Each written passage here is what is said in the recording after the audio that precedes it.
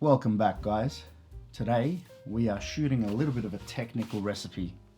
It is Michelin-star Aglio e Olio. This is actually the second time I've made this recipe. The first time I made it, I found that the garlic flavor was actually really subtle. So I've tweaked up a few things and steps in this recipe to help you get a better result. We're gonna start by preparing our parsley. So we want to remove the longer stems. It's gonna be very fancy, so we don't want any of those thicker parsley stems. Once you've got that, you chop it up and we're ready to roll.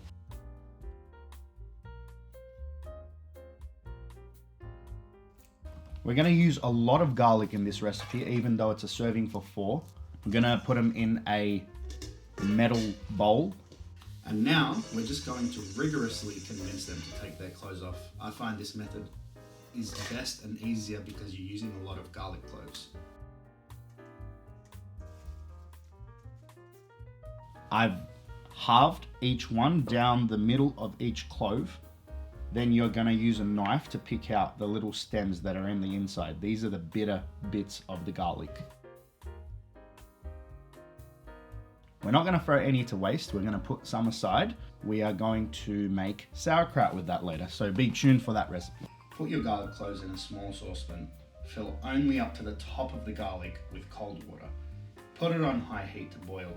When it starts coming to a rolling simmer, start your 1-minute timer. When the timer goes off, drain it, rinse the garlic and put it back into the same saucepan, fill it up with cold water, and do this again on repeat 3 times. This cycle must be repeated 3 times. If you do it more, it's going to be less pungent and less garlic flavor. If you do it less, it's obviously going to be way more pungent and garlicky. Your choice.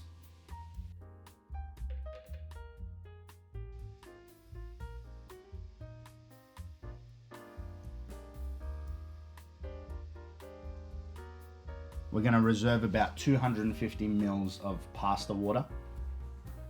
So your total liquid content in your blender should be about 250 mils pasta water, 150 olive oil and the garlic. Put it on low setting until that emulsifies. You're gonna see this turn into a thick sauce, and then put it on a little bit higher for about 30 seconds. Now's the fun bit. Put your pan on low heat after you've drained your pasta.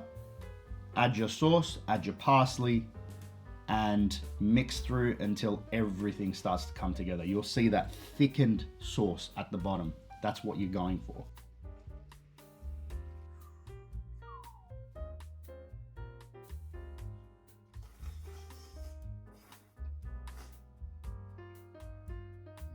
The pungency in the garlic is a little bit more. That's what I was aiming for, and I've reached it. And also the sauce, I don't know if you can tell, but look at the sauciness on that.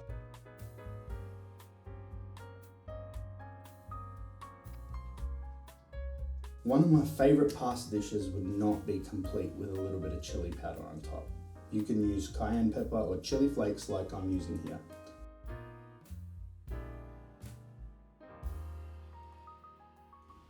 I'm also serving this with juicy chicken breasts that I've served up to add some extra protein. Be on the lookout for that video, it's coming next week. I want to show you how to cook chicken breast properly in the oven, even if you're blasting the heat.